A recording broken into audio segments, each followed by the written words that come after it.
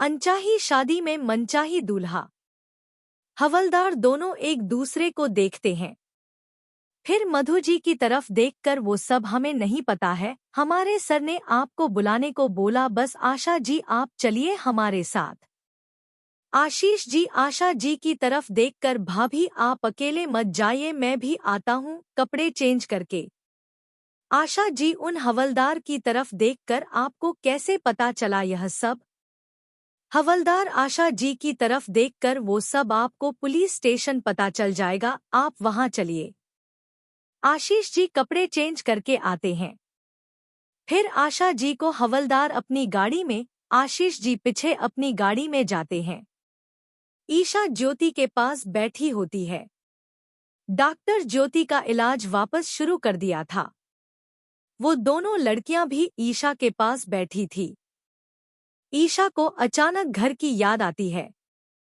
हे भगवान, रात के 1 बज गए, पता ही नहीं चला। माँ और बाकी सब परेशान हो रहे होंगे, हमें उनको फोन करके बताना चाहिए, पर हमारा फोन तो वहीं छूट गया। अब क्या करें हम? ईशा बाहर आकर अस्पताल के एसटीडी से अपने घर फोन लगाती है। घर में इतनी रात को फोन बजने पर रमा जी फोन उठाती है। हेलो, कौन? ईशा धीरे से बोलती है। आंटी। ईशा की आवाज सुनकर रमा जी थोड़ा जोर से बोलती है। ईशा बेटा तू कहाँ है बेटा, तू अभी? ईशा का नाम सुनकर अनिता जी, राहुल, जिया सब उस तरफ आ जाते हैं।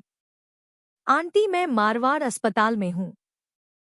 आप हमारे घर इतनी रात को? आंटी सब ठीक है ना? बेटा तेरा गुम हो जाने की वजह से सब परेशान हैं। पुलिस वाले भी तुम्हें ढूंढने निकले हैं। बेटा तू ठीक है ना? अस्पताल क्यों है?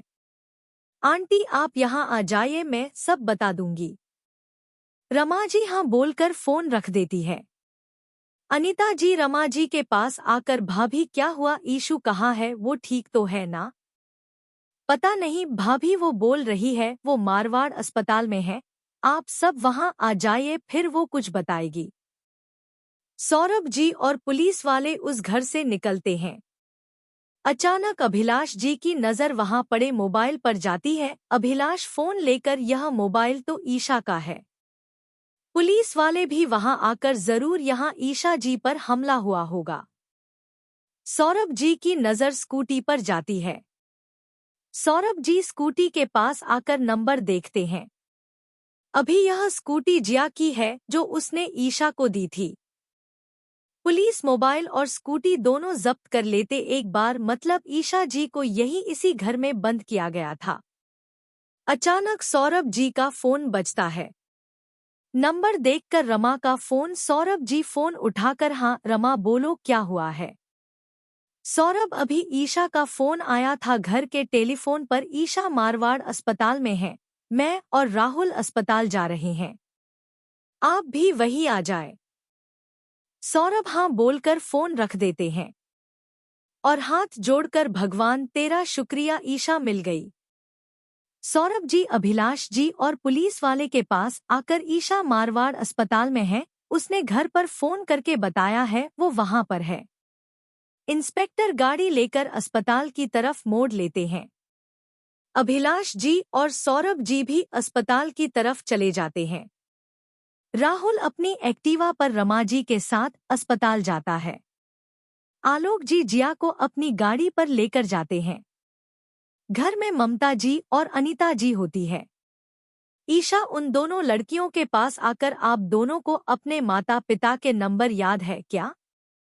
दोनों एक दूसरे को देखकर, दीदी हम अनाथ है, हमारा कोई नहीं है, हम गरगेंजियों में रहते हैं। वहां वो रमन सर हमारे साथ बहुत गंदा काम करता था और एक दिन हमें बाहर घुमाने लेकर आने के बहाने वो घर में कैद कर दिया था। ईशा यह सब सुनकर चौंक जाती है और साथ ही उसके आंसू आने लगते हैं। वो दोनों बच्चियों को गले से लगा लेती है। इंस्पेक्टर और सौरभ जी और अभिलाषा जी अस्पताल पहुंचे जाते हैं। अभिलाष जी और सौरभ जी की तरफ ईशा देखकर, चाचू आप, इतना कहकर अभिलाष जी के रोते हुए गले लग जाती है। अभिलाष जी ईशा को हमेशा बेटी की तरफ ही रखे हैं। ज्योति आईसीयू में एडमिट थी। उसकी हालत बहुत खराब थी। ईशा अभिलाष जी से गले लगने के बाद अचानक उनके गोद में बेहोश हो जाती है। अभिलाष जी ईशा को पकड़कर, ईशा बेटा उठो, क्या हुआ है? डॉक्टर ईशा को आईसीयू में लेकर जाते हैं और जांच करते हैं। अभिलाष जी अपने शर्ट पर देखते हैं, खून के निशान होते हैं। सौरभ जी और अभिलाषा जी समझ जाते हैं, ईशा के सर पर चोट लगी है। इंस्पेक्टर का फोन बजता है। इंस्पेक्टर बाहर आकर बात करता है। अगले भाग में कैसा लगा आज का भाग जरूर बताएं और समीक्षा जरूर दें। धन्यवाद।